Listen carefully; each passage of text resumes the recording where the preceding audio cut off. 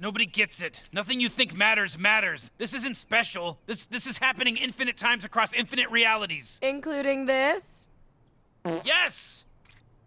Which is not to say that subjectively it wasn't funny. Are you going to stay? There's infinite timelines, Morty. Why would I stay in the one where I trashed the White House, became an enemy of America, and the lowest status character in my idiot family? Because of the fart? Hey everybody, this is going to be my Season 3 finale, Season 4 Q&A. Just careful for spoilers if you haven't seen the episodes yet. The really cool news that just dropped is that Rick and Morty is now the all-time highest viewed series on Adult Swim, and it is now the leading comedy amongst people ages 18 to 45. More people are watching Rick and Morty than are watching The Simpsons or traditional network animation. Like, it's crushing everything else. So if you ever wondered if they were going to do more Rick and Morty, that is a clear indicator that they are doubling down. I really hope that Justin Roiland and Dan Harmon were able to use that information when they were renegotiating their contracts to try and get some more money. I mean, if your series is blowing up, you deserve to be paid more money. But here we go. First question, Antrax asks, maybe why episode 10 didn't feel really like a season finale is because 14 would have been the end and they just added the after the credits scene.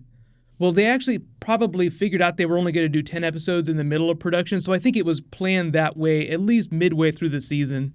When I say that, I'm talking about when they were writing the scripts. Like when they sensed that it was taking a lot longer, they're like, okay, we can only handle 10 episodes this season. So that's probably when they picked their end point and why they chose to do Mr. Poopy Butthole, just because of the big delay between season 2 and season 3. Tune in to Rick and Morty Season 3 in like a year and a half or longer to see how we unravel this mess. Ooh-wee. See ya for Season 4 in like a really long time.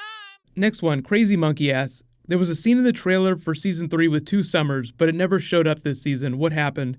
Well, not every scene from those intros each season makes it into the actual season, or sometimes they get deleted at the animatic stage like they intended to put it in, but then it gets cut out. I'll do a video in the next week or so for all the deleted scenes going back to season 1. Next one, Nazif asks, do you think that there'll be another interdimensional cable episode, maybe in which all of them are aware they're characters of a TV show? So you just mean like a really meta episode? Actually, the interdimensional cable thing is probably something they'll never try again, or at least not in the way that they've done it before. The whole idea with Morty's Mind Blowers is the writer who pitched it said that he pitched it trying to do another interdimensional cable to the network. They agreed to it as it was this way. So they might have actually shot down them doing interdimensional cable again, or maybe the writers decided they didn't want to beat that idea to death, but they'll continue to do anthology episodes like that where you jump through a bunch of different stories within a single episode. And I don't know that we'd ever get an episode where everybody figured out they're in a TV episode. I think Jerry deserves to be the dumbest character for the rest of the series run. 97 more years of Jerry being dumb as rocks. Maybe once Morty becomes fully actualized, if that ever ends up happening on the show, that's when he'd figure out he was inside a TV show. Whole bunch of Evil Morty questions too. Jace asks, what if Evil Morty isn't evil? Well, so I think the idea behind that is that nobody really thinks of themselves as evil. Like Rick does some evil seeming things, but technically he's not an evil character. I think part of the idea of the name Evil Morty is a parody itself of evil characters in television shows. Like the idea of Hammer Morty or Fly Fishing Rick, like it's utterly ridiculous. Like you're meant to laugh at the name and at the character separately at the same time. Next one, Jordan asks, do you think that Evil Morty, Tammy, and Phoenix Person will form an alliance? If so, how would that work? What would their endgame be? Well, I think the idea is that Evil Morty is a master at playing other people, so I think he just tried to play on the idea of Tammy and Phoenix Person trying to get Rick's portal technology. I've said it before, but I think that if they do go after Rick, their goals will be a little bit different. Like they wanted his portal technology before, but if Evil Morty has access to that already, he could offer it to them, but there'd also have to be another reason for Tammy to want to take Rick down. So Evil Morty would have to manipulate her into thinking that C-137 Rick was a threat because he wants to take Phoenix Person away from her. They'd have to play on her emotions. Like it depends on how she really feels about Phoenix Person. But a lot of that's just speculation. I think when the characters pop back up, they'll pop back up in separate stories that are unrelated from each other. Next question, this is a good one. Luke asks, do you think that Tammy and Morty are related in some sort of way? Like there's some sort of resemblance between them, like a female version of Morty who's created a plan to use Bird Person to kill our main characters, and she hates the way that Rick treats Morty's. So basically you're asking if Tammy is a version of Morty in some twist on Evil Morty. I don't think that's the case, but I do like the idea that she has a personal vendetta against Rick. If you rewatch a lot of the earlier scenes from season 2 with Tammy when she's first getting with Bird Person, they're really funny, but she's just meant to be that awful girlfriend character that co-ops your friend. Like, Rick really loves Bird Person, but now he's spending all of his time with Tammy, so Rick hates Tammy, the girlfriend. But then the series turns it into more of a literal thing where she really becomes evil and actually kills and then resurrects Bird Person. So whereas she was like this really big annoying character before, now she's a legit threat to Rick. And before those characters can move forward, Rick has to learn that Phoenix Person is still alive. And so far we've seen no indication of that. Next one, this is another good one. Ryan asks, what if Mr. Poopy Butthole is controlled by Evil Morty and he's gathering info on Rick?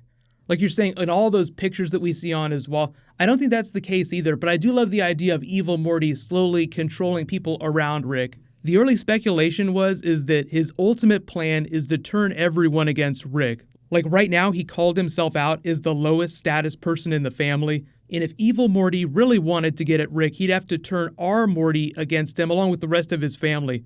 Like he could have killed them all at the end of the episode, wiped the slate clean, and gone to a different reality, but the sheer fact that he puts up with all their bullshit at the end of the episode proves that he loves them. Next one, Zeb Thespy asks, do you think that Scary Terry, the Devil, and Jaguar will return? No, I'm not expecting them to return, maybe in pictures in the background or like really small Easter eggs, but I think that was part of the idea with the end tag with Jaguar. Like that was the joke that he would come back. He's always helping them out. Jaguar! Who was that, Rick? That, Morty, is why you don't go to therapy. Next one, Jessica asks, when do you think that Morty will try the legendary Szechuan sauce? That's a good question with all the real-life Szechuan sauce stuff that's been happening. I don't know if they'd ever get super literal with it inside the TV show. The idea that Morty would taste something that Rick is willing to wait 97 years to get. So just because of the extreme way they played that joke at the end, I'm not expecting them to bring that back, but there might be some wrappers and a trash can or something in the background, just some sort of visual reference that there was some Szechuan sauce at some point between seasons. Next one, Roger asks, what's the deal with Rick being afraid of pirates but also making Pirates of the Pancreas in the holiday episode? I think that was actually mostly part of that Wikipedia joke, like the government got all their information from him from that and most of it was false, with a few exceptions.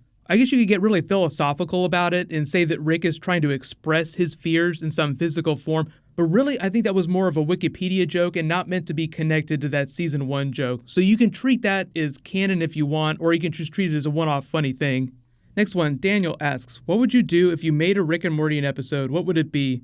It would probably just be a mythology episode. I probably wouldn't get too complicated. I'm not an animator, obviously I don't have those skills, so I would probably just stick to Evil Morty and simple stuff like that. Sometimes you don't realize how hard episodes like Morty's Mind Blowers are, but they can be fun because you don't have to write like an entire 20-minute story that ends up being a whole bunch of pages for little one-off jokes. Like there were some really great brief moments, and they were really only pieces of stories without having to go super deep on it.